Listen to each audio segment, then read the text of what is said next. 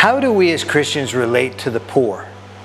Okay, so I want to just kind of talk about that, because I think if you're like me, they see people that are in need, homeless people on the street, of course, we're always seeing them, and maybe you don't always know what to do, how do you help, and how should we look at poverty in our world. So I want to go to the scriptures for you. First of all, Jesus said this.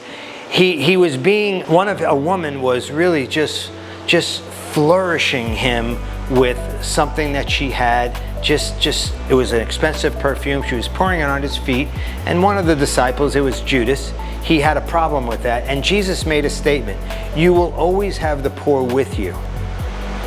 So, and then he was saying that it was okay that she was taking this expensive perfume and putting it on the feet of Jesus. Judas had said, Judas was the one that later betrayed Jesus.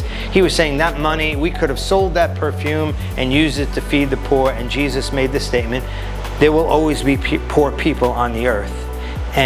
But she did something for me, and he was commending her act of worship for Jesus. So first of all, we need to realize we will never eradicate poverty. Okay?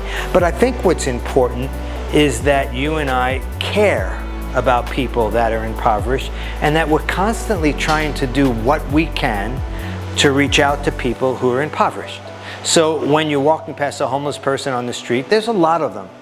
I'll be in San Diego in a couple of weeks, and there's really a lot there. There are quite a few in Fort Worth, and you can't eradicate their condition in life, but if the Lord puts on your heart to do something special for them, you can buy them something to drink, something to eat.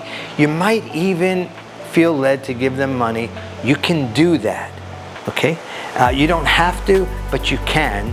And I think the principle is that we know that they're there, and we have a place in our heart that we care.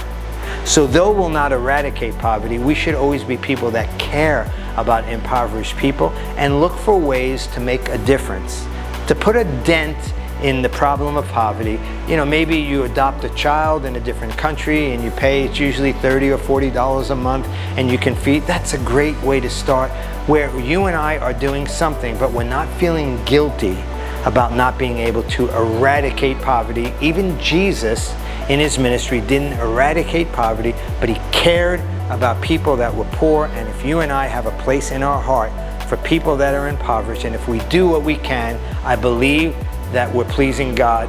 I hope that you'll take this advice, put it into practice, and stop feeling guilty when you walk past a homeless person. You can't feed them all, but you can make a difference for some. God bless you. Talk to you next time.